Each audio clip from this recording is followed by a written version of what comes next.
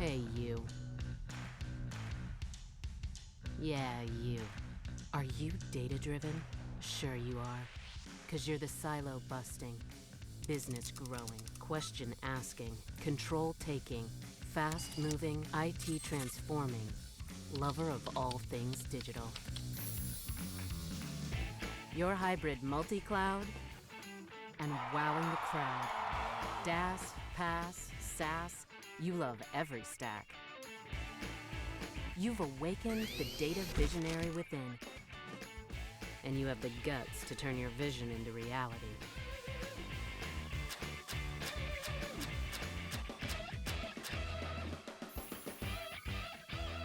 Hey, you. Yeah, you. The dreamer, the debater, the decider, the deployer, the doer. Your tribe is here, and the time is now to be data-driven.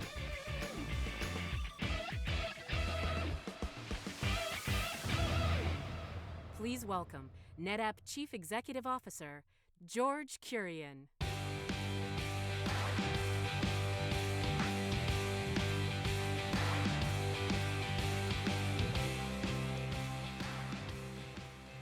Good morning. Thank you for coming and welcome to NetApp Insight here in Barcelona. This is my first time attending NetApp Insight in Europe as NetApp CEO, and I'm grateful for the calendar and for the opportunity to be here.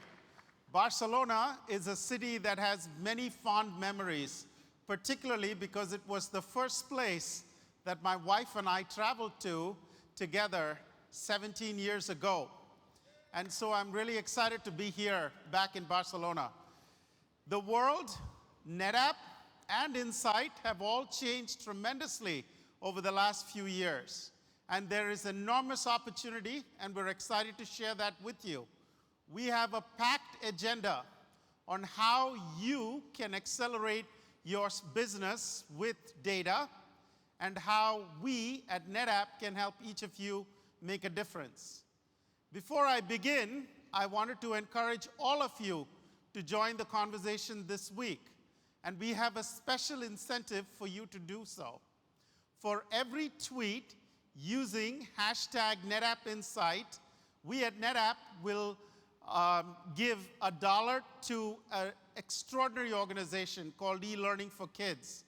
This is an organization whose vision is to help be the source for childhood learning on the internet, free of charge, and available to all children from anywhere in the world. We have several thousand people here today, and each of us can join together to make a difference. So I'd encourage you to use hashtag NetApp Insight to make a difference. Thank you. I also want to especially thank our sponsors and partners for your partnership, for your participation, and for the work we do in the market beyond Insight. Thank you for your support and for being here with us. The world is changing fundamentally and quickly.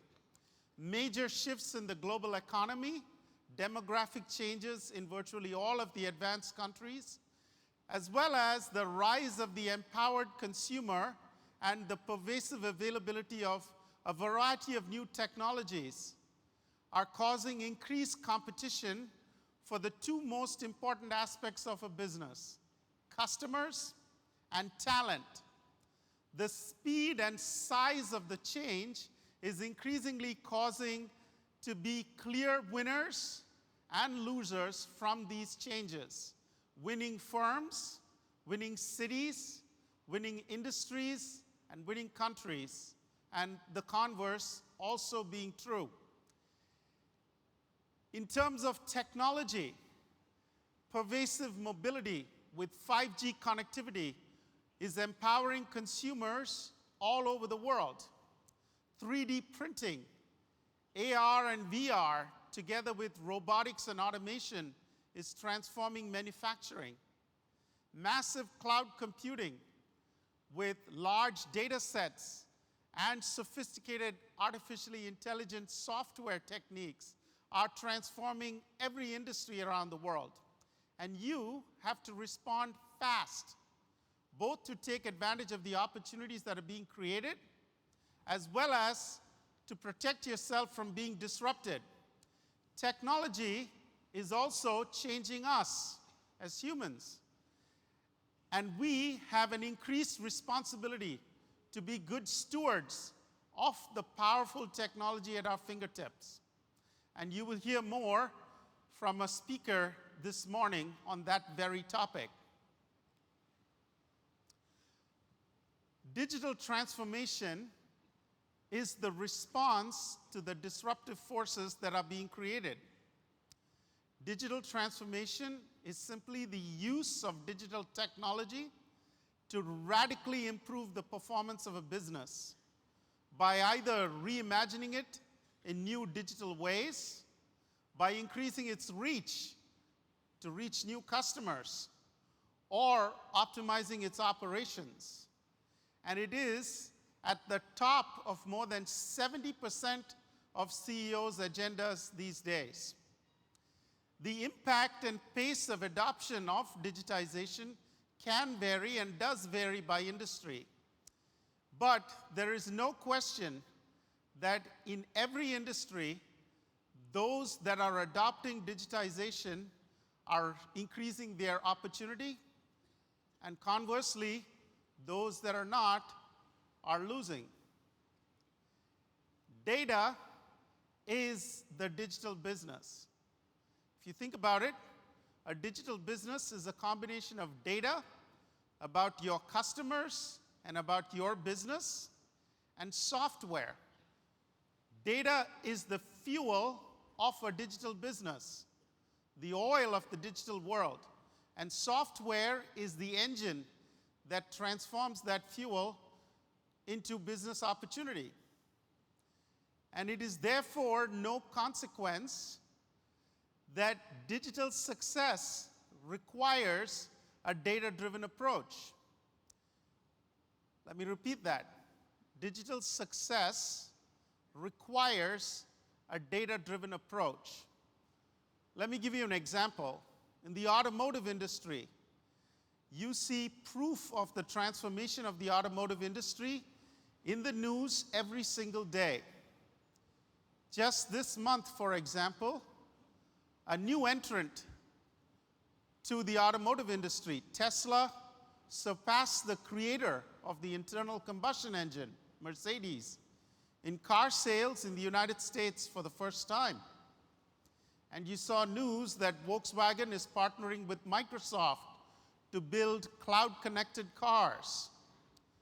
Across the automotive industry, digitization and data are transforming how cars are built and used.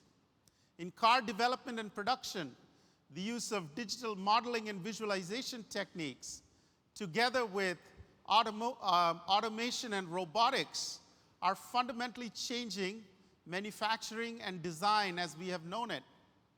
The in-car experience with customization, personalization, and the connected car is radically different than the cars that we were used to. And mobility and ride-sharing are really data-driven businesses where knowledge of drivers and knowledge of riders are enabling profound amounts of new business opportunity. The automotive industry is being reimagined using digital technology and data. Let me give you another example. In the retail industry, you are seeing in every transaction that you do over the internet the use of data to help make your own shopping experience much richer, much more personalized, and much more connected. Omni-channel retailing, which is the integration of a customer's experience with the retailer across multiple ways of connecting, in-store and online and mobile, are enriching the opportunities that a retailer has by connecting it with its customers much more intimately. Perhaps the best example of such a transformation is the one that Lego the beloved toy maker from Denmark, undertook a few years ago. Lego had a relationship with its customers primarily through the traditional retail format. By complementing that retail format with immersive online experiences, as well as by connecting it to the experience in a Lego store, Lego has increased its opportunity substantially and profoundly. Personalization, marketing, and customer acquisition are also examples where digitization is transforming retail. And the stakes are high because the rules of digital success are different than the rules of traditional business. Data-driven digital companies have created an enormous amount of market capitalization in the last few years. Just take a look at Netflix, for example. In 20 years, Netflix has transformed the entertainment industry and created $120 billion of market value in just 20 years. The stakes are high. The Boston Consulting Group, a respected management consultancy, has said that in 2006, just one of the top 10 companies in the world by market capitalization was a digital business, a data-driven digital business. In 2011, that number went to 4. And in 2017, that number was 6 of the top 10 firms in the world. And only one company made it across 15 years. And only 2 stayed on that list for 10 years. And why is that? Because the speed of change and disruption in the digital world are enormously high. So what do you do if you're not born digital? Becoming data-driven to achieve digital success requires fundamental transformation. This quote says that you need absolute clarity about digital's demands, galvanized leadership, unparalleled agility, and the resolve to bet boldly. All aspects of fundamental transformation. If you are not a born digital company, you have an additional challenge to transform your traditional organization alongside the rules of digital. But you also have a profound advantage. You have something that a digital disruptor does not have, and that is your data. It is the one thing, your relationship with your customer, your knowledge of their business, and your knowledge of what they're interested in, that a digital disruptor does not have.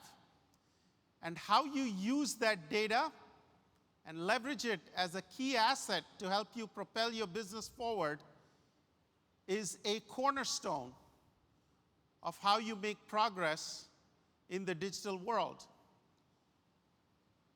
There are 3 aspects of customers' transformations to become data-driven that are important: your digital strategy, your data strategy, and your people strategy. And integrated with all of this, of course, is your technology and IT strategy.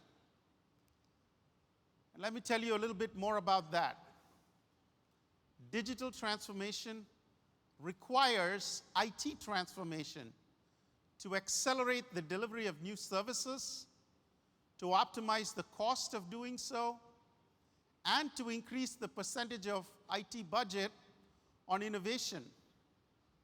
80% of customers that we've surveyed and that other organizations have surveyed have said that doing it the traditional way is no longer sufficient. Cloud is the new benchmark of how IT should be transformed. Digital transformation requires IT transformation.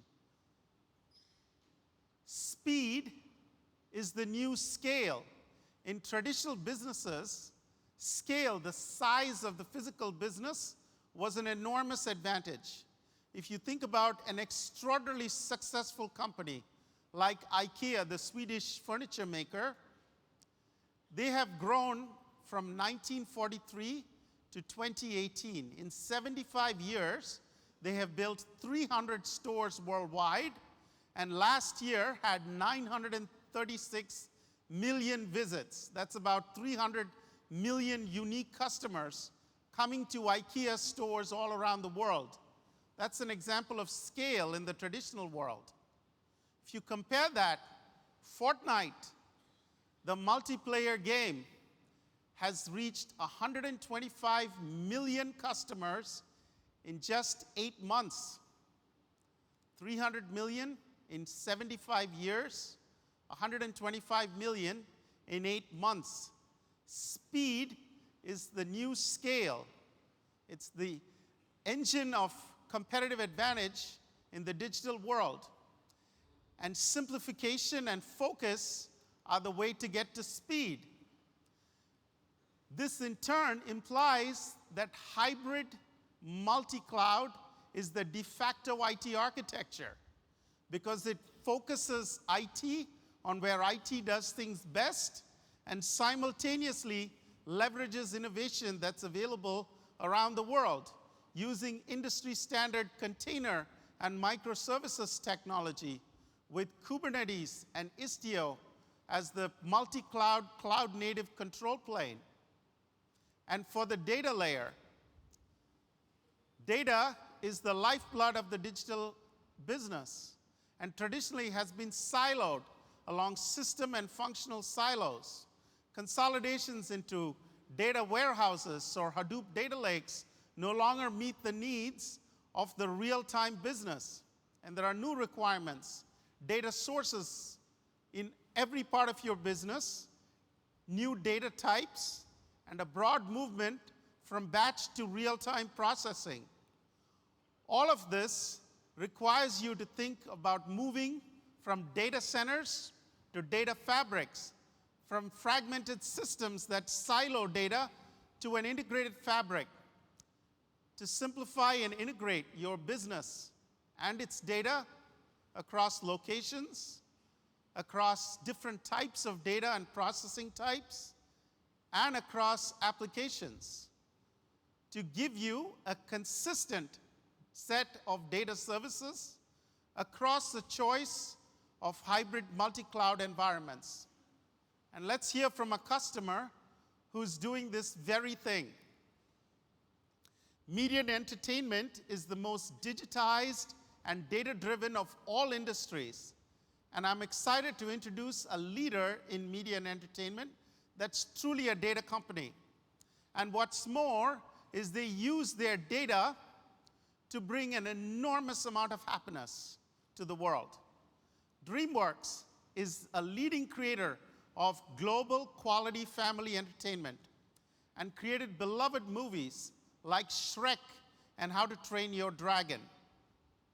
They believe in limitless possibilities and are using digitized imagination, their data, to dream big, to help us to go anywhere and dream of being anything that we want to be. DreamWorks is data-driven. Let's roll the video. Okay, pay attention, because I'm only going to go over this 10 more times.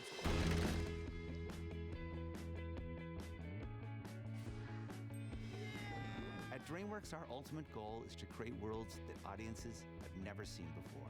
It's a hidden dragon world. And behind those worlds are technology and data that allows us to put a tremendous amount of detail on screen. Toothless, for example, has about 5,500 possibilities to manipulate and change his shape. Now, we had limitations on Dragons 1, where we couldn't have more than 8 dragons on the screen, because it would just break down the system. Now, in How to Train Your Dragon: The Hidden World, we can put in as many dragons as we want. Technology allows DreamWorks artists to think bigger and create things that audiences have never experienced before. Show them what you got, bud.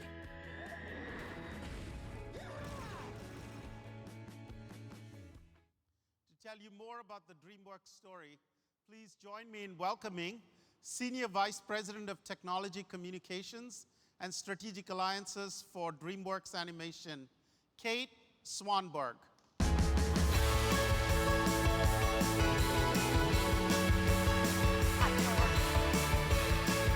much. Thank you so much. Thank you. Thank you so much. I am so excited to be here today. I feel so honored to be able to share with you about DreamWorks Animation and our partnership with NetApp. And the other thing I'm so excited about is for all the food in Barcelona. I love this city and I love eating here, and only one of me comes over, but two of me go home.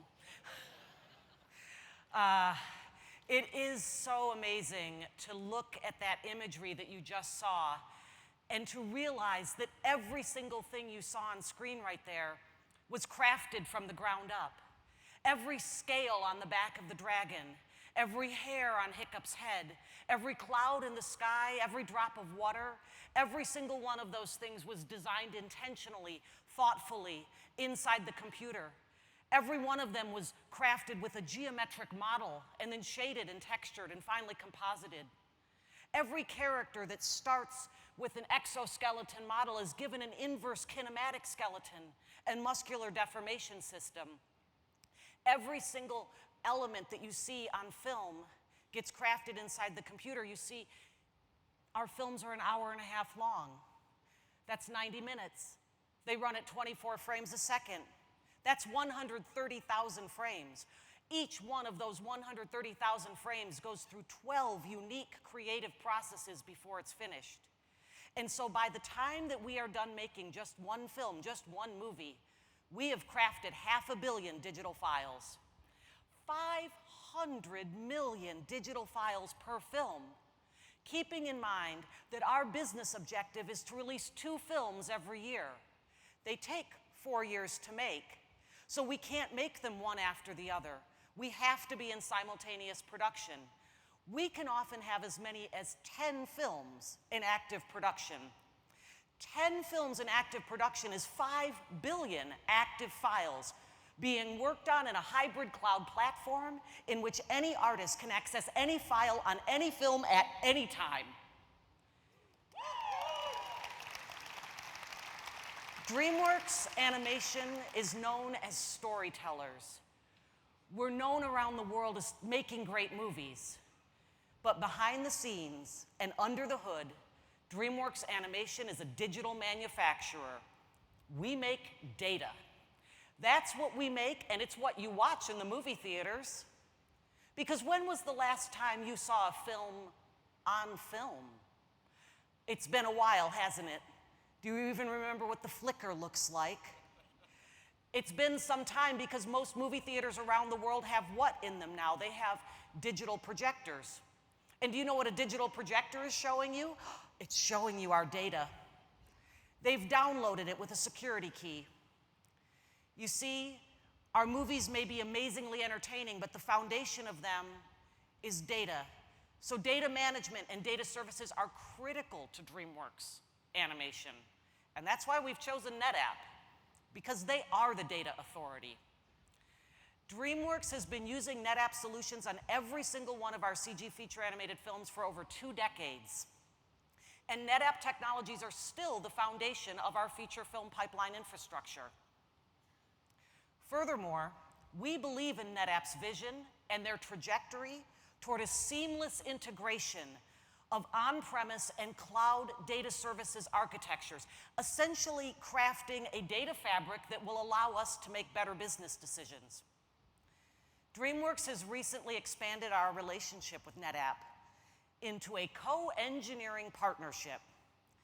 And this engineering partnership is going to be building the infrastructures that allow our artists to do on-demand, real-time content creation. We're also pursuing greater efficiencies for sharing workloads across multiple platforms and preserving assets for future content creation, iterations, and review. Finally, we're streamlining our operations and we're automating our architectures to maximize for production uptime. Said very simply, we trust NetApp. We trust their engineering, we trust their solutions, but mostly, we trust their people. We trust that this partnership is going to future-proof our business and allow our artists to make amazing, fantastic new worlds, like the one that you're going to see in How to Train Your Dragon, The Hidden World. And in fact, I'm so excited because I have brought a sneak peek of that movie here today. So I just want to say thank you so much for having me here today. I'm so thrilled to be a part of Insight. I hope you absolutely love this clip, and I will see you all at the movies. Thank you so much. Thank you. This is Berg, son.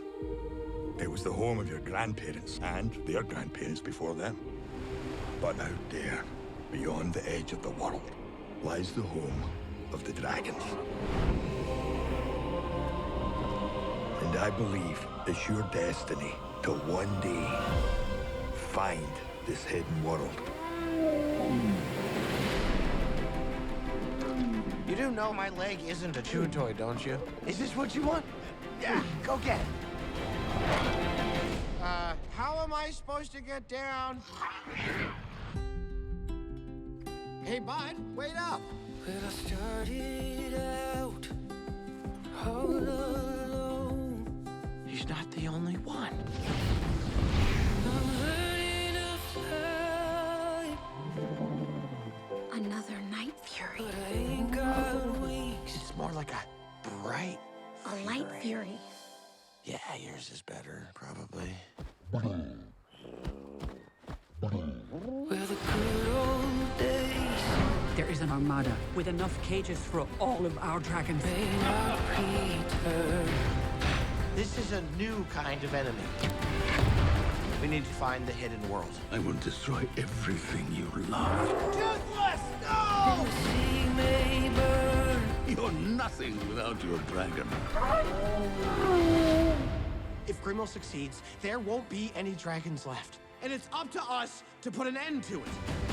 So, what are you gonna do about it? Suit up, gang.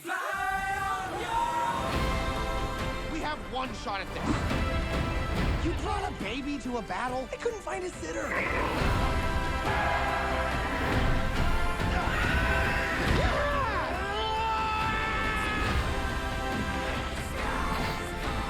The hidden world. It really does exist. Now that's a king. You're right, bud. It's time.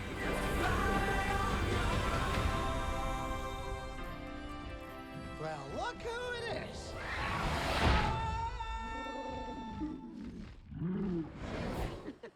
Not a word.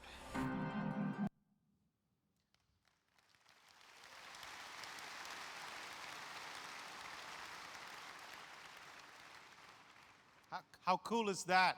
I can't wait to see that with my children. You know, DreamWorks has made me so proud. They have such a powerful story of a data-driven company whose imagination brought to life through the genius of its artists, its animators, and storytellers, coupled with technology, will continue to reshape family entertainment over the next several years.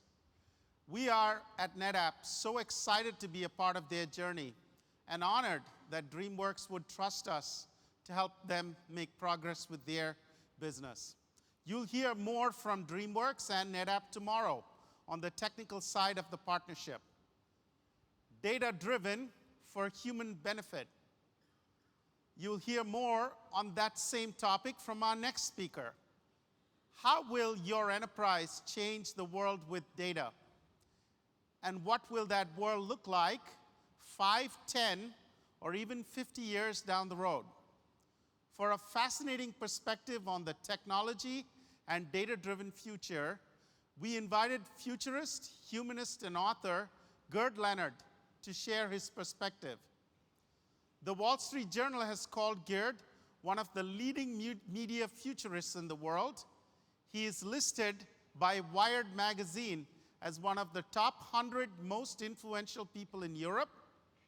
And Gerd's work focuses on the future of humanity and technology, on digital transformation, and the mega shifts that we talked about earlier. Gerd is the co-author of the best-selling book, The Future of Music, and the CEO of the Futures Agency. Please join me in welcoming Gerd Leonhard.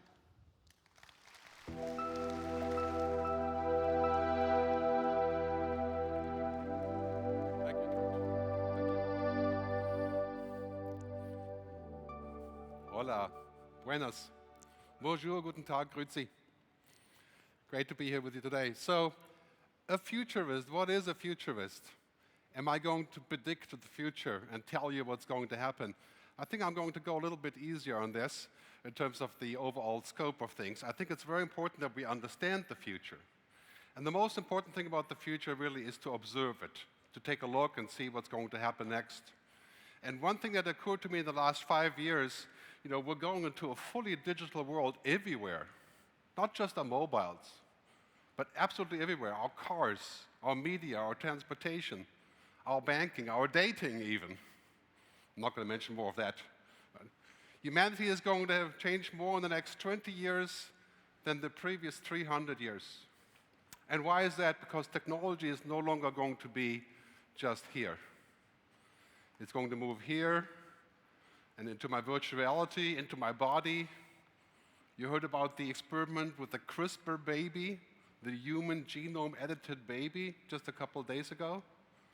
Right?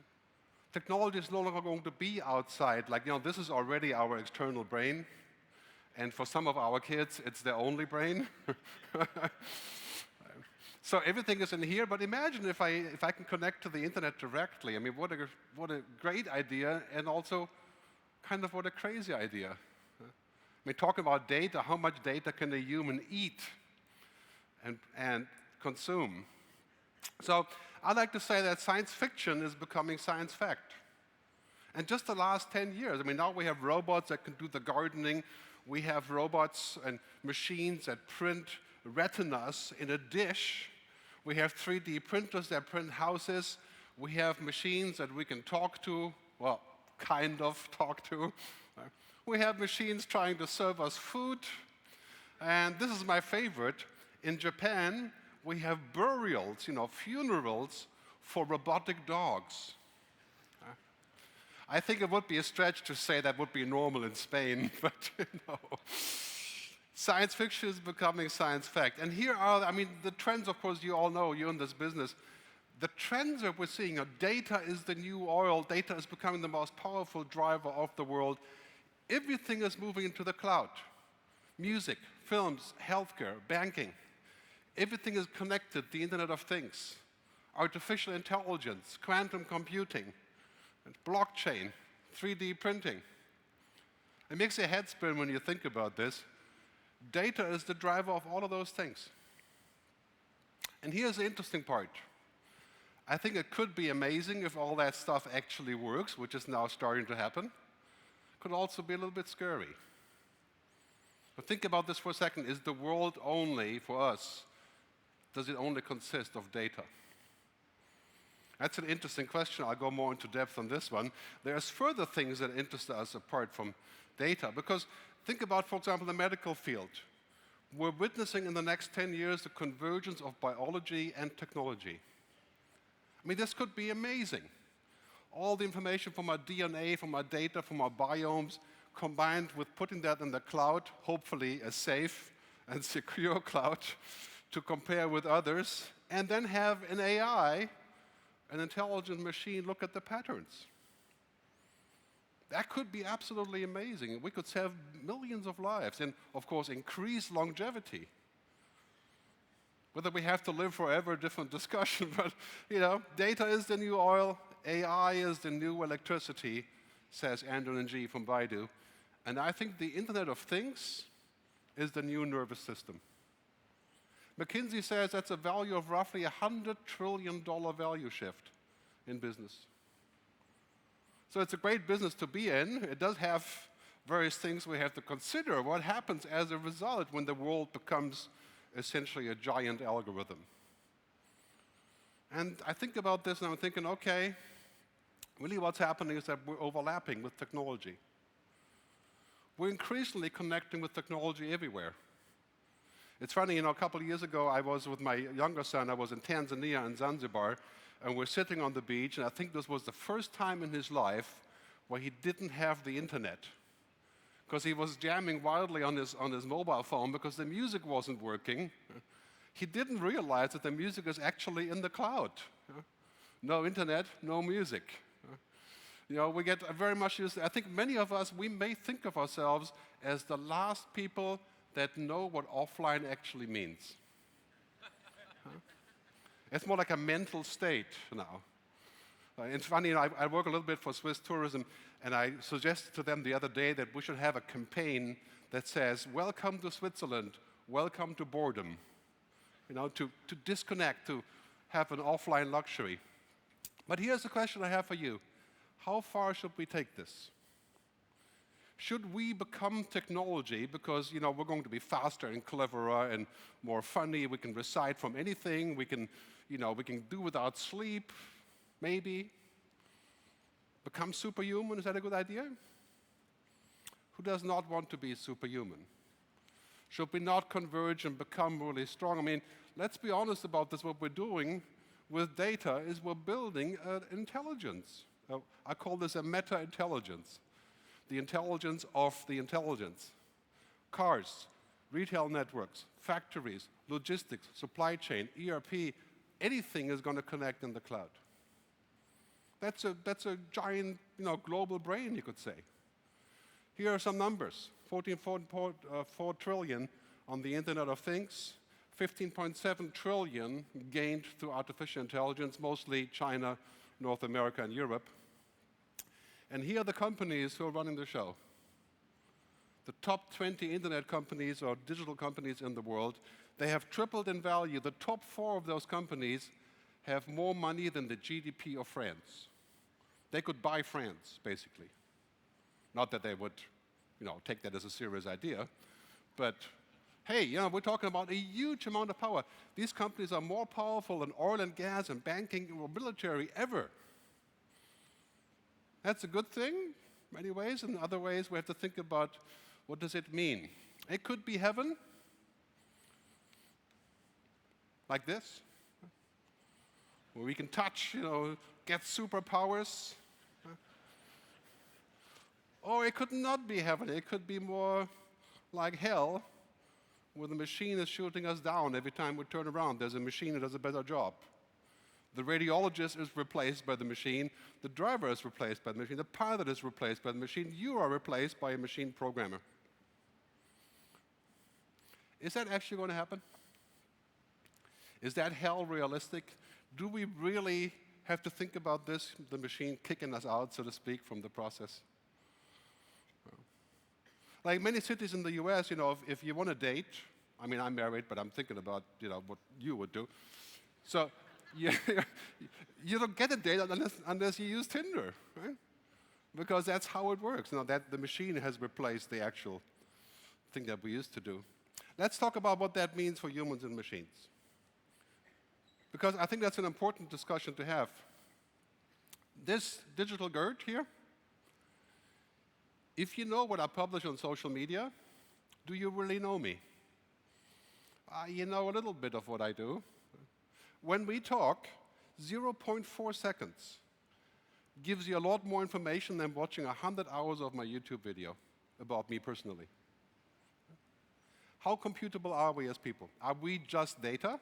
You know, you would laugh there as people were saying that humans are just data. Organisms are algorithms. I'm sure you heard that before. Very popular in Silicon Valley. This idea that we are just like a machine.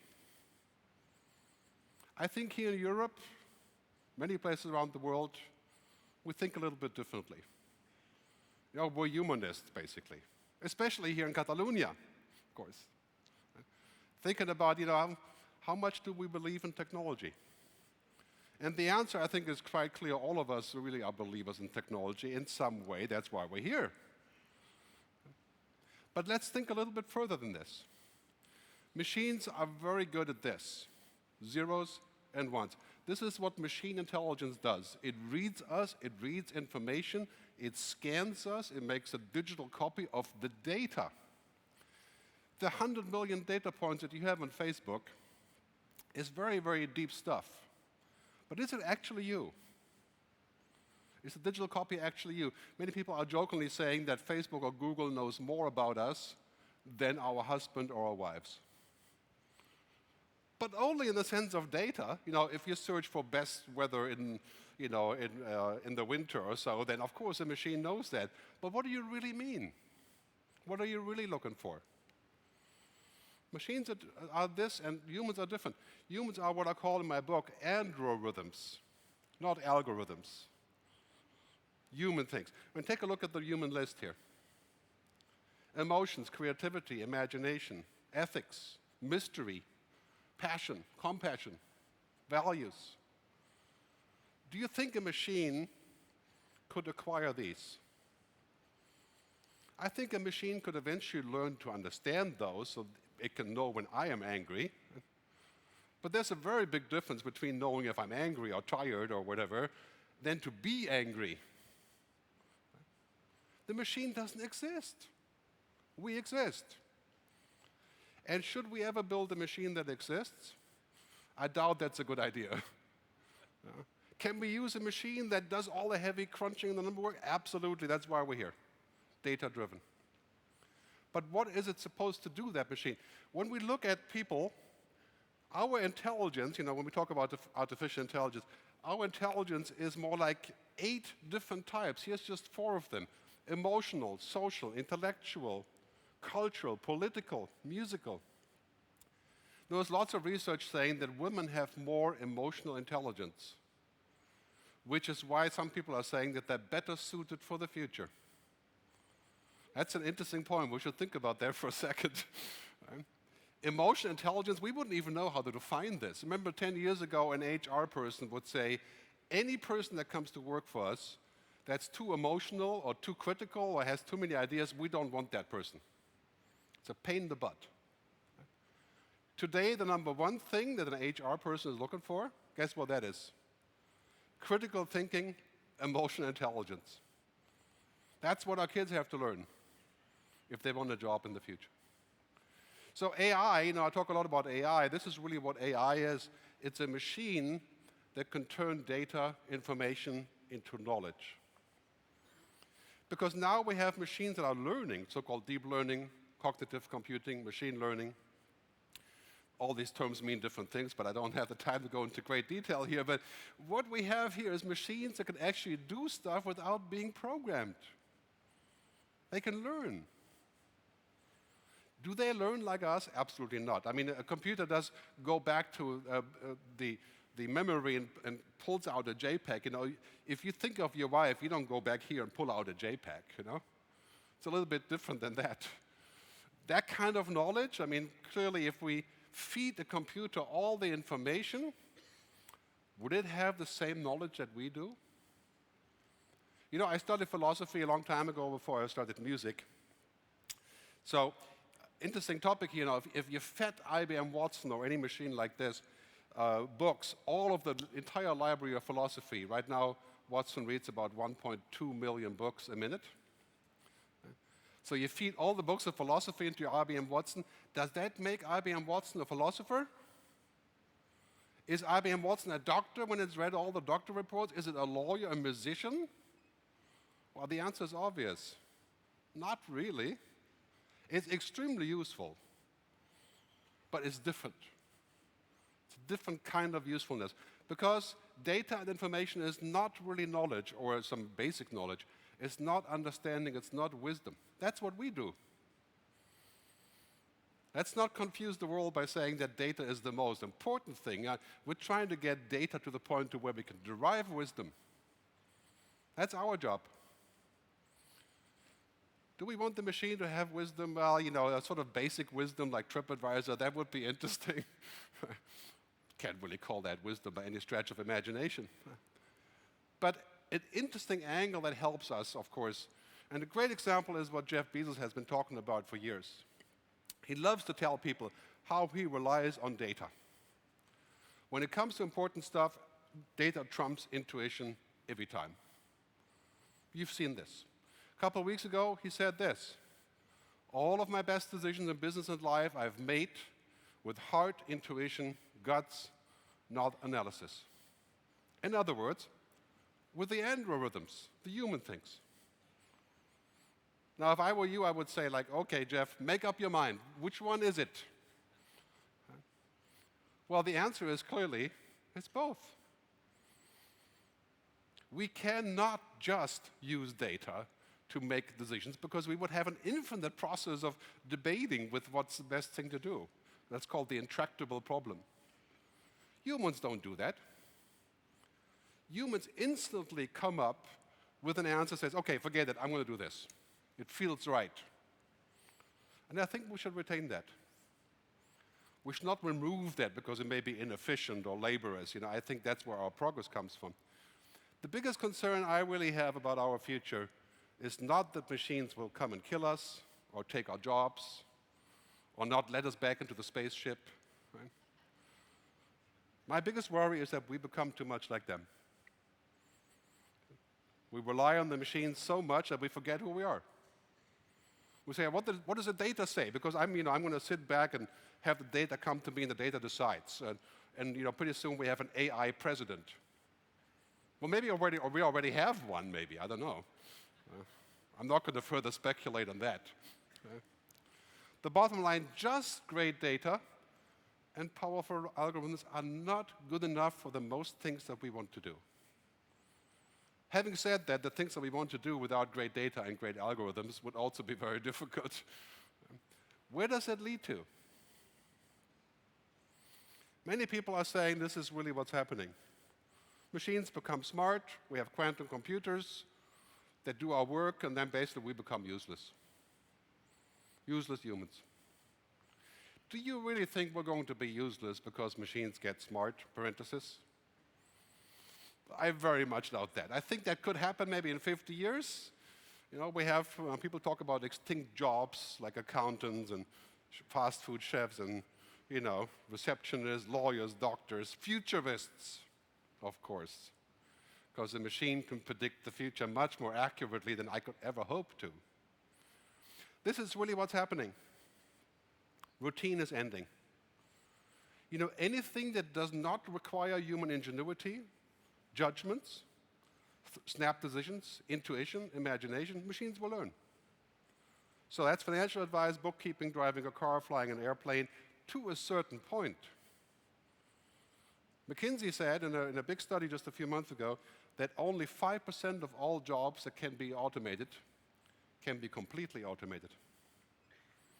So in other words, the end of the routine is here, or near. But it's not the end of work.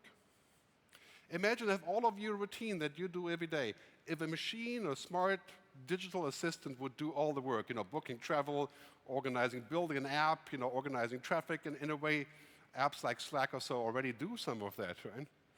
What do? Do you become useless? No, you move up the food chain. You do different things. And so we shouldn't be too desperate about this. I think really what it means is a change of our skills. As I said earlier, 2020 skills, World Economic Forum, critical thinking, creativity, emotional intelligence, cognitive flexibility, in other words, creative stuff. Let's not get confused about left brain and right brain. There's no such thing. I'm sure you're aware of this, right? It's much more plastic than that. But this is the stuff that makes us human. This is why we're important. If we take amazing data, amazing technology, amazing cloud systems, that's all at our disposal as the tool. The tool, however, is not the purpose. The carpenter doesn't think of his hammer as the house. Right? And the hammer can be used to kill somebody if he desires to, or to build a house. All keep that in mind. Right? The purpose of the carpenter is to build something, not to, adore the hammer. Very important, we are moving into a world where the part of the left brain, speaking in old terms here, the logical part will be done by machines. So I think that's actually good news, even though, of course, that does mean that if your work is 100% routine, like call center, you're pretty much out of luck here. And we got to think about that. I think we need to capture those people and uptrain, uplift them into a different scenario. That's not going to be entirely easy. So that brings me to the key topic of the day, digital ethics. Sounds very boring when you think about ethics, right? We're talking about being human. We're not talking about any top-level stuff beyond that, just being human. And we're moving into a world where progress is exponential is at the takeoff point. I mean, consider yourself lucky. All the stuff we talked about for 20 years, the cloud, paperless office, mobile networks, 5G, 6G, WiMAX, whatever, that's all starting to be here. Right? We have to think differently now. This is old school thinking. If we're going to do something, how we're going to do something, how much money we make, now we have to think about only two things. Why are we doing this? And who is doing it? Can we trust them? Are they accountable? Are they human? Do they have a human purpose? That's the key question. If you want to be successful in business, that's the only thing that matters. If and how, well, if there's no if, or if you actually do stuff, of course, that's kind of useless. But this is the question. This is, by the way, the Facebook question. Why do we use that? I mean, this is an interesting question. Now it has kind of mutated into a scenario where we can't really decide, is it for us or with us, or is it against us? So here's the key question. When you have great power, and we're all gaining so much power now through data, through the IoT, through artificial intelligence, we have great responsibility. Gartner says, digital ethics is the #1 topic for 2019. How to use technology in a good way. And who defines what good is? It's obviously not entirely trivial question. Technology is morally neutral until we use it. The Internet of Things, amazing. Energy savings, all these things that happen around us, no problem. But then to use the same technology as in China to scan every single person that walks down the street and send them a traffic ticket if they cross at a red light because you've identified their face. That may be a kind of use case where I would find it a little bit disturbing. Take it a little bit too far. William Gibson said, technology is neutral until we use it. We have to think about this. CRISPR editing, genome editing. Now we can actually do this. The first babies were experimented on a week ago, and the goal of the doctor was to suppress HIV. A good goal. Right? But we have to think about this, in a system where all information becomes available. Again, China, the Open Sesame credit app. Hard to understand why you would use that, but people are using it. 1 billion people are using it. So the bottom line really is this. Technology has no ethics. Technology doesn't care. Technology is neutral. It just exists. It's not good or bad. It's how we use it. And we have to think more about this because technology is now becoming so powerful. In 10 years, we can pretty much do anything with technology. 20 years, right? As some people say, 2050, the singularity, right? Where technology becomes infinitely powerful. So let's define ethics as the difference between what you have a right or the power to do and what is the right thing to do. And who decides what is the right thing to do. And digital ethics as the idea of saying, okay, whatever we have the tech to do, we'll just do that, or we think about putting humans first. Now let's talk about social media. It's a very good point to use for social media. Now we live in this social media world that pretty much does this. And I use it a lot, but I quit Facebook 4 months ago for that reason, because I kind of feel like it's become a giant machine, also kind of an addiction engine. Just, pull for the next like. Right? And now we have this. Facebook gunning for democracy. Not by purpose, but purpose or not, it is still, in my view, a huge ethical issue.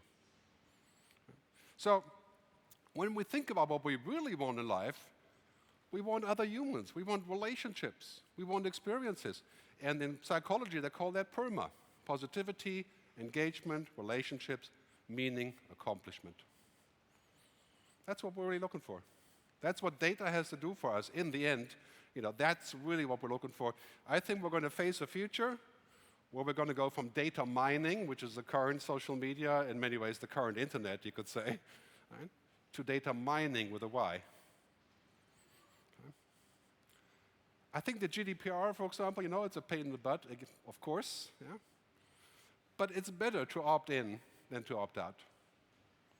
I think we're going to see a lot more of these kind of things happening in the near future. That's the debate we must have about what makes the internet human and what makes it work. It's going to be our choice to have that be good or bad. It has tremendous potential. Solve water, solve energy, solve diseases, solve the food problem. But technology will not solve social or political problems. In fact, it could easily make them worse. I mean, look at the good parts: artificial intelligence, clean energy, all the possibilities of technology. And on the other hand, we have large issues: demographics, automation, inequality. Here you can see, there you can see how inequality has increased over the years. So I think that's something we have to think about, which way we're going also, because now we have this sort of side effect of technology, just like we have with oil and gas. I call that the externalities, the stuff that's on the outside. We're going to have to bring that inside. You're doing really amazing stuff on the cloud. You have to think about the consequences and how you're going to capture them and how you're going to deal with them. So I have suggested many times that we need this. We need to think about an ethics council. Now we have a council for digital transformation. Right? In other words, making more money. That's good, but how are we going to be more human? That's also a very, very deep question. So I'm going to wrap up by saying that the bottom line is these two things that are going to determine our future: intelligent software, cloud computing, all the things that we know everywhere in our lives.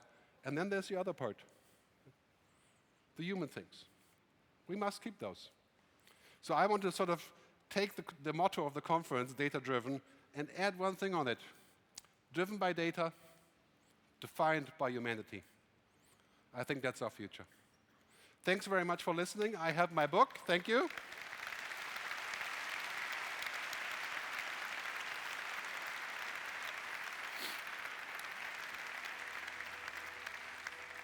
So I have 150 copies of my book for free at the, I think it's called the Gear Store. I'm going to be signing, during the coffee break now. Thanks very much for listening. Thank you. Thank you. Thank you.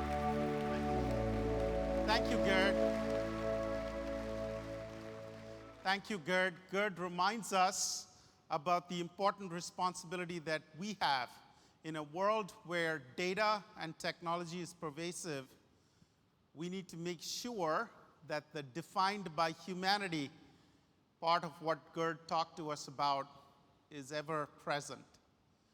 I'm reminded of that in my personal life. My wife is a professional photographer, and I am the complete opposite, an amateur. We have access to the same tools, but it is she who, through her genius for vision and imagination, that can see beauty and frame it using the same tools where I can just take a mundane image. I'm reminded of that in my responsibility having led transformation for the last 3 years, where I've realized that wisdom and context and story and meaning, all human traits, had an enormous responsibility and enormous relevance in shaping a transformation journey. And you, the data visionaries here in this room, have that same shared responsibility to make that defined by humanity term come to life. You are stewards of your company's technology and your institution's data, and you get to make decisions on a daily basis for how you make the defined by humanity play out in real life. You will hear more from compelling customers today that will show you how the tools of modern technology combined with data can make our world better. So let's talk more about how. We talked about the why of digital transformation and that data-driven approaches are essential to succeeding. And we talked about these 4 cornerstone and interlinked principles. Let me tell you more about each of them in turn, about how you can go about accomplishing those while doing so in the framework of business-driven pilot initiatives rather than an end-to-end, never-ending IT transformation. Let's start with the first principle. Digital transformation requires IT transformation. The core goal of IT transformation to support digital initiatives is to enable speed without compromising risk or cost. And what it requires is focus and simplification of IT. From an IT portfolio standpoint, we increasingly see the leaders leveraging sources of innovation regardless of where they exist. And increasingly, those sources of innovation are digitized services enabled on the biggest public clouds. We also see them simplifying and modernizing their IT portfolio, standardizing, consolidating to improve the productivity and encourage innovation. And we see them employing cloud principles for new deployments and to refactor legacy applications. Cloud is transforming IT along many dimensions. What we mean when we use the word cloud is that it's a design pattern for IT, a set of operating principles and methodologies, not just a data center destination. Sure, the principles of cloud started in the consumer cloud, but those principles and an evolving set of technological capabilities are far more germane to the future of enterprise IT than most other things that we see. Over the last 20 years, one of the common threads that we've seen in the evolution of IT is the focus on speed and improving time to value. And to do so, technologically, you've seen the principles of virtualization, standardization, simplification, and abstraction of resources become a common component as technologies have become adopted across these three eras. Cloud transforms IT along many different dimensions. As we talked about, to get the full benefits of cloud, therefore, you need to not do it piecemeal. We have seen customers who have struggled to take advantage of the benefits of cloud because they have tried to pick and choose across these capabilities.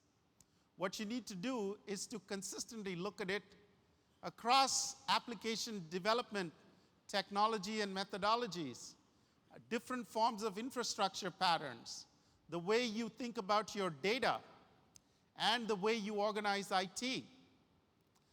There's lots more detail on these topics that you will hear about through the course of this week. But let me summarize what all of these technical terms mean in layman's language. Organizationally, you need to put IT together with business and application teams into small domain-specific squads and delayer IT from its traditional siloed models. For speed and efficiency, you need to lean out the IT portfolio, leveraging clouds, both public and private. For application development, you need to use microservices and container technology for packaging with continuous integration and delivery as your software development methodology. And while you're doing so, you need to keep your data strategy front and center. So how do you begin? As I said, there are three ways that leaders are taking on IT transformation and doing so in projects that are aligned with business needs by leveraging the innovation of the biggest cloud providers, by building enterprise hybrid clouds, and by modernizing legacy infrastructure. So let me tell you more about how NetApp can help you in each of these areas and simultaneously help you architect your data fabric to transform your business for success. To inspire innovation in the cloud, many customers are using cloud services to complement their traditional IT portfolio. NetApp brings to the public cloud protocols, data services, and applications that were previously unavailable, with extreme performance and data management expertise for both traditional as well as cloud-native applications to radically simplify connecting applications, infrastructure, compute, storage, and data so that you can focus on innovation. To support all forms of cloud architectures, public cloud, multi-cloud, hybrid cloud, through the use of data fabric technology. We have hundreds of customers operating in a hybrid multi-cloud fashion today, and you will hear more about that from our speakers tomorrow. To build enterprise hybrid clouds, to help you improve the speed and increase the innovation flexibility in your business, NetApp is leveraging technology that was developed for cloud service providers from the start by tightly integrating our enterprise hybrid cloud solutions with the NetApp Data Fabric so that you can seamlessly integrate your public cloud environments with your private clouds. You get to simplify your data center with predictable, standardized infrastructure, to automate it with the best cloud data services catalog and with programmable APIs so that you can have infrastructure as code and deliver business outcomes much faster. Hundreds of customers are deploying NetApp HCI with thousands of nodes in the most demanding enterprise and service provider environments. And finally, to modernize your legacy infrastructure, customers are standardizing, consolidating, and trying to make their infrastructure much more predictable, replacing silos of legacy technology and data with a single integrated platform for increased efficiency.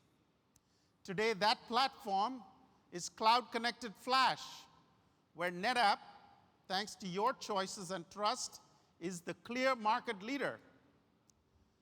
This efficiency, in turn, enables new innovation. And you can take advantage of the same platform to build your data pipeline, an integral component of your data fabric, so that you can seamlessly connect the smallest edge location with the largest data center or cloud environment. And now that you've integrated your distributed enterprise, you can leverage your in-place data for Hadoop-powered batch analytics, for Spark SQL-powered real-time analytics, machine learning, and other ways to advance your business. NetApp can help you start your journey along any of these on-ramps to build your data fabric. Speed and efficiency, we said, requires the development and deployment of a hybrid multi-cloud architecture.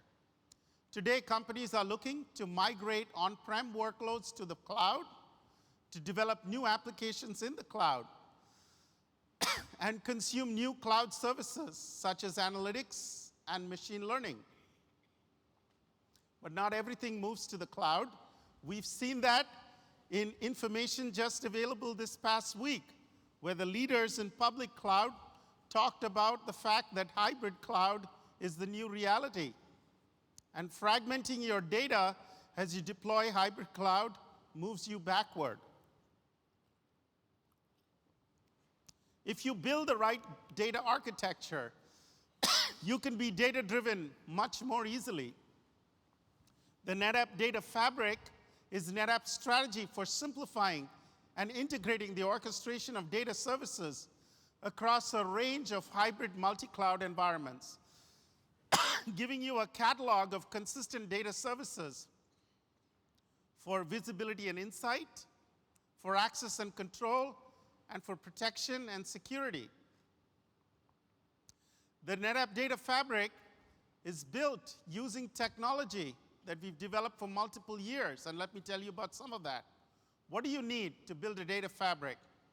You need the best multi-protocol scale-out data services that can simplify and integrate memory, flash, disk, and cloud.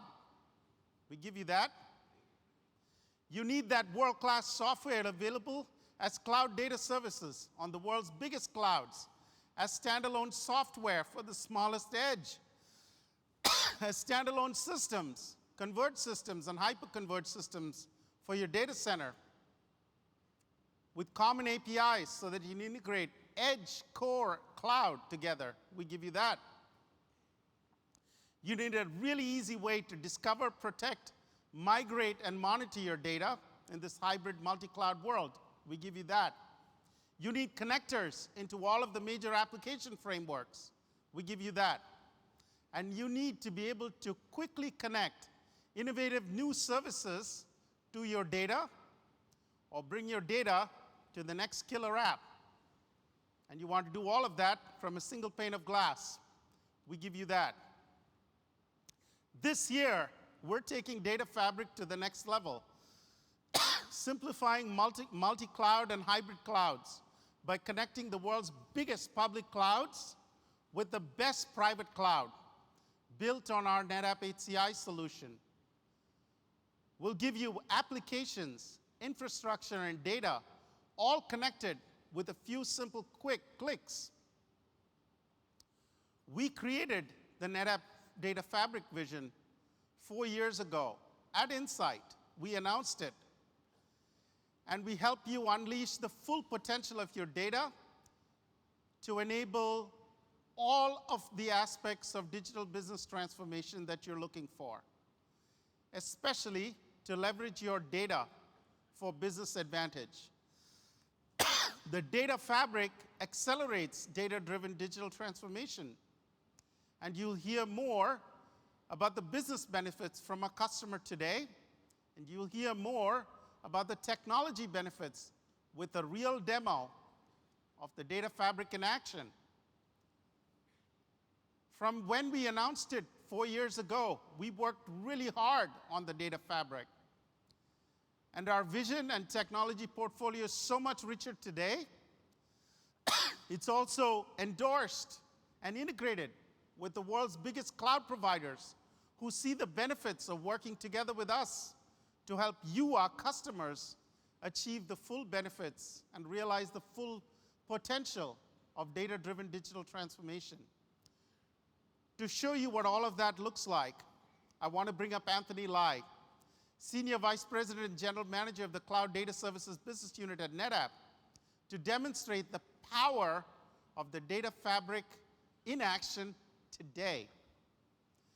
Anthony, on behalf of all NetApp, leads our Data Fabric strategy. And I'm excited to have him show you just how far the Data Fabric has come in just 4 years. Please welcome Anthony Lai.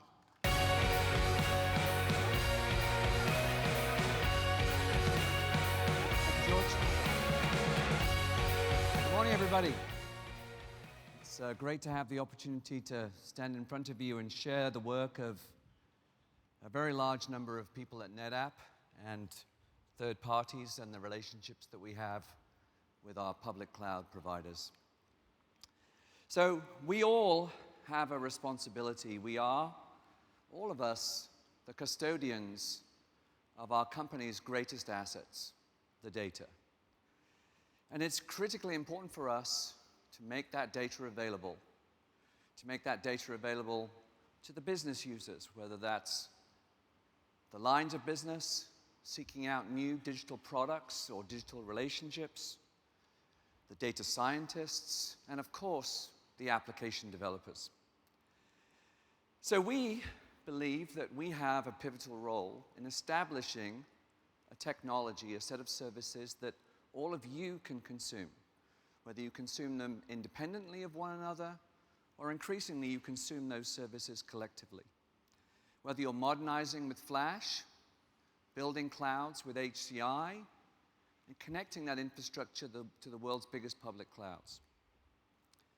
This is broader than just cloud data services. For us, it's a company-wide strategy. So what I want to do is actually show you what we've been doing. We promote our services directly on the public clouds, whether they are first-party services with Microsoft, whether they're marketplace services with Amazon. We want to make it very, very simple and easy for people to take advantage of them.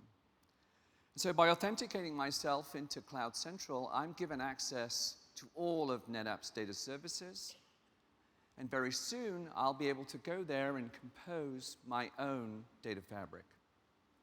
Whether I'm selecting services by workload or selecting services to run across various different tasks, I want to be able to log in to my fabric. And when I log into my fabric, I want to see a catalog of services that I can use to discover my data, to manage, protect, secure, integrate, and orchestrate my data. So rather than reinvent things, we want to make sure that we tie together existing services that customers use. And so while I'm looking at a set of endpoints, data endpoints, I want to be able to bring new endpoints into my environment. And I can do so by leveraging our ActiveIQ technology to discover a set of nodes that have been deployed by my organization or by my business users, my application developers, whether they exist on premises, in public or private clouds. And now what we want to be able to do with this control plane is start to give you access to a rich set of services that you can use to better manage, to better protect, to better optimize your assets. So the first thing I want to do is I want to encourage my users to use the control plane, whether it's a public cloud or in this case, it's my own private cloud. So I'm actually going to join the data fabric. I'm actually going to bring this platform, my NetApp HCI platform, into the realm of public cloud. And what I do here is when I discovered and initiated the connectivity of that platform, all of the services now become available to me. Cloud Volumes, the services that are used on the public clouds, are now instantly available to me on my private cloud. Every single capability that we describe, that we define, that can be consumed on public cloud, we make available to you on private cloud. Taking those volumes, those high-performing volumes, into the world of applications around microservices, containers, Kubernetes, and Istio becomes a very, very simple capability for all of you to expose those data endpoints into your data fabric. I can now start to deploy trusted applications to those environments. Again, I see my private cloud through the same lens as I would see my public cloud. Resources that are available to you to make the right placement decisions. And so, as well as providing the data services, we then bind those data services directly into the application control plane and allow you to deploy successfully on private clouds. Now, what are we doing? What we're really doing is we're laying down a piece of technology that enables us to provide a set of services across all of your infrastructure, on-premise, private cloud, and public cloud. And from this single pane of glass, or more often through an API, we greatly simplify the capabilities of our services and of third-party services. I can, through a few simple clicks, initiate high-performing endpoints on any of the public clouds and take advantage of all of NetApp's data protection and data management services. Here, I'm actually not just snapshotting this particular volume, but leveraging a new cloud backup service that we're making available to our customers early next year. And so in a few short clicks, I, as the custodian of my data and my endpoints, have now enabled the business users to take advantage of the world's largest public clouds, to actually bind the persistent storage directly into containers to enable my users to build and deploy microservices. Microservices that now enable both stateful application development as well as stateless application development. And in this case, I want to deploy that cluster into AWS. I want to deploy it into the region that maybe best optimizes for my customer relationship or that best optimizes for my business partners as they deploy.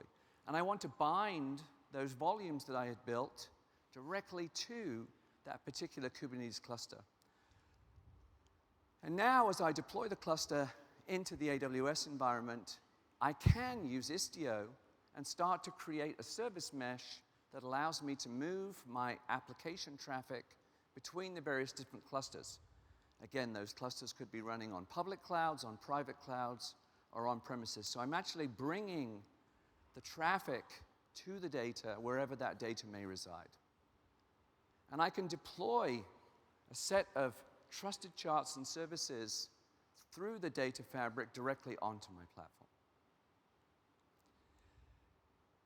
Now, one of the other services we announced the general availability of at our Insight conference in Las Vegas is a fantastic performance monitoring, analytics, and chargeback platform that leverages all of the services that we build within the data fabric and non-NetApp devices, whether they are on-prem, in private, or public cloud. Cloud Insights gives you real-time visibility to your environment. It normalizes all of the heterogeneity of your environment. It's a platform that scales from one workload to hundreds of thousands of workloads.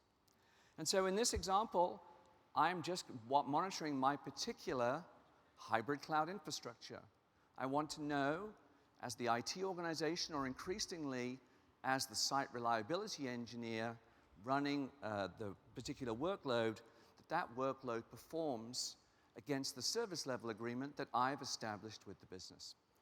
And so Cloud Insights gives you that real-time and historical analysis and abstraction of my environment to give all of you the capabilities that you would need to pull together your own data fabric.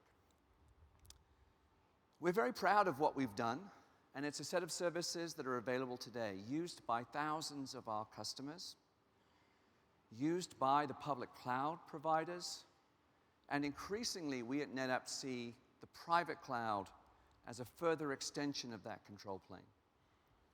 These services are available to any company of any size, from one user to thousands of users. We really wanted to put more and more emphasis on the delivery of a platform, the delivery of a catalog of services that all of you can use to build your own data fabrics. I thank you all very much for your time. Enjoy the conference.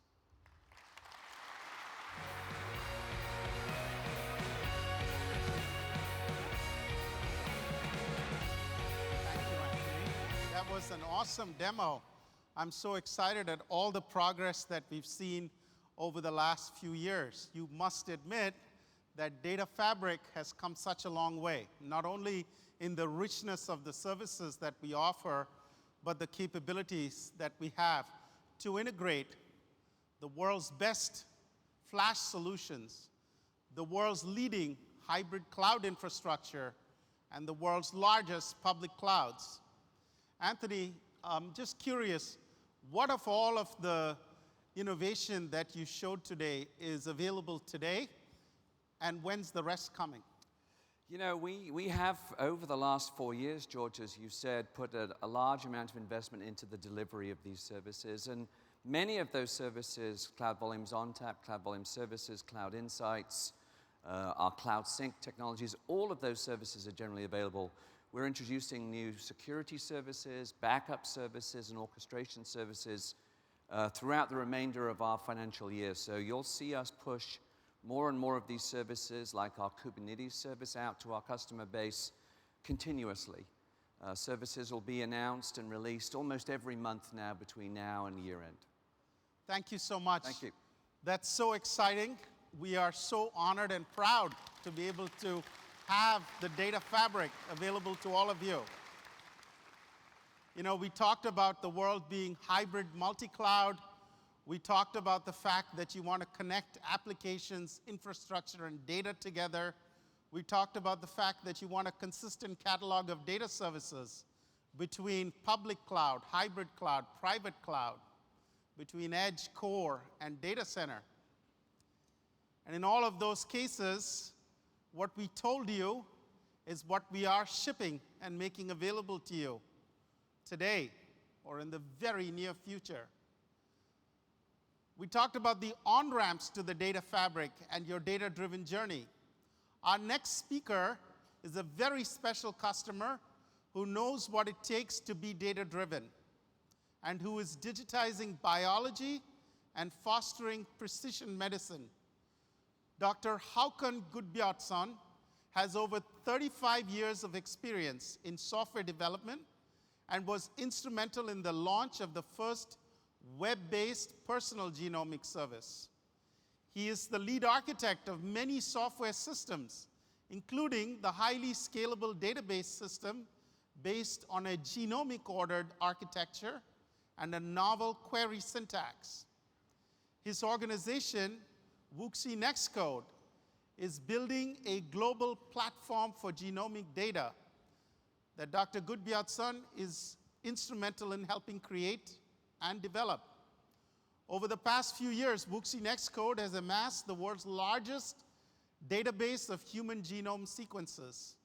These are enormous data sets with enormous data growth forecast. And to meet all of their requirements, they wanted to leverage the cloud and be multi-cloud to meet their needs. Let's roll the video.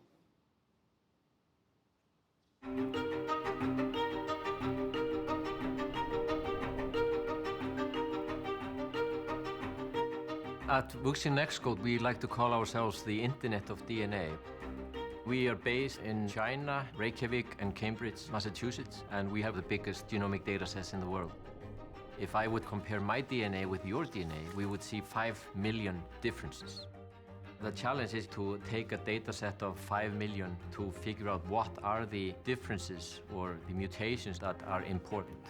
Being able to gather these big data sets and mine them efficiently is very important for data-driven personalized medicine, helping you to understand diseases better, to develop new drugs. We believe we're giving our customers the ultimate experience. Please join me in welcoming WuXi NextCODE's Chief Informatics Officer, Dr. Hákon Guðbjartsson.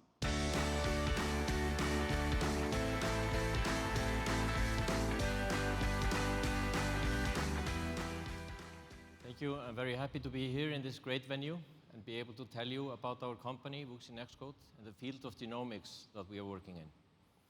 Only about 15 years ago, the first human genome was sequenced and assembled. With modern sequencers, as the one you see here on the picture, we can do this now in a matter of hours for the cost of less than $1,000. But what does this mean? This means we can read the code of instructions, the 3 billion letters of DNA that are stored in the nucleus of every cell in the body, and we can use this information to improve health. So this provides lots of opportunities, but this also comes with challenges. The sequence read data from a measurement of a single individual stored in compressed form is on the order of 100 gigabytes. And with the pace of improvements, the drop in cost, and the increased adoptions of sequencing, these data sets are expected to be the biggest data sets on the planet in the future. But the key challenge is to mine this data, to understand the millions of differences in the DNA from one person to another, and correlate these differences with clinical data and phenotypes. We at WuXi NextCODE, we provide end-to-end solutions to allow companies to do that, from sourcing cohorts to clinical interpretation. First-class sequencing services in our laboratories provide cloud-hosted solutions for data management, AI, and other services. As an example, pharmaceutical companies, they would like to use genomic data to discover new pathways or characterize existing genes and drug targets, be able to fail fast because they don't want to take bad drug candidates into the very costly later stages of clinical trials. Or they want to use this information to do so-called drug rescue, understand if there are genetic factors involving like side effects for drugs. But the space of next-generation sequencing provides even more interesting opportunities in the clinical care. Now we can easily identify rare, high-impact mutations that cause, for instance, harmful diseases in children, or use genomic technology to characterize somatic mutations in cancer tissue to optimize for drug treatment. In the past, a pediatrician would, for example, have to almost hypothesize or guess what gene to measure, because we could only measure very little fraction of the genome at every given time. Now, with this modern sequencing technology, we get a flood of genomic data. So this process needs to be much more data-driven. Now, the primary task of the physician is really to provide a comprehensive and a clear picture of the signs and symptoms and the disease of the patient, to allow us to automate algorithms that take the millions of variations from a patient, compare it with reference data, with variation data from other individuals, relatives, and people with similar signs and symptoms, to find the very few causative mutations of the disease. Only in this way can we improve the so-called diagnostic yield, automate this process in hospitals, and gather valuable data for future research to even improve this analysis further. We at WuXi, we provide comprehensive set of end-user applications and SDKs both for research and clinical work. These systems tap into the data in our proprietary Gerd database. And because the data is so massive and we have elastic scalability, we require a very powerful file system under the hood. And this is where we rely on NetApp cloud volumes. Our database system is the only purpose-built relational database engine for genomic data. It uses the genomic ordering to have special instructions that leverage the streaming nature of the data to minimize random access and minimize the memory footprint in the system. We also have a so-called partition bucket architecture to allow at the same time for efficient data analysis as well for fast updates of the data in the database. As an example, genomic joins are 10 times more efficient in our system than in a general purpose business intelligence systems such as Spark SQL. A benchmark query that we have been testing for a while in the Amazon cloud was to calculate the frequency of 200 million mutations in a population of 100,000 individuals. We have been running this several times, but never actually been able to complete this. We have been using data storage with self-managed systems, using 3 NFS servers and up to 15 EBS volumes, but always getting timeouts or stale file handles. Then we onboarded this 50 terabytes of data over to cloud volumes.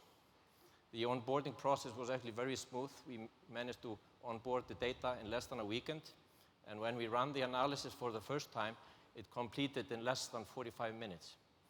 We were really happy with this result because this was it's a very I/O-intensive analysis involving over 2,000 cores.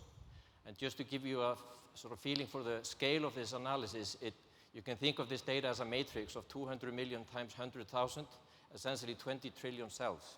So this was a massive analysis. We tried other similar tests, and we were typically seeing over 3-fold performance improvement in comparison with our self-managed storage. But it's not just the speed, it's also the improved reliability and the much reduced complexity of managing the system. Much easier to make backups, make snapshots for testing, and scaling the system is much easier.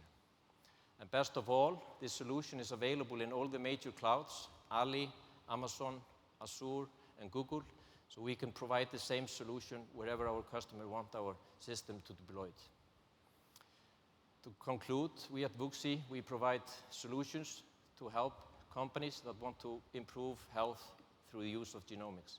And we are really happy to be partnering with NetApp to help us on that journey. Thank you for listening.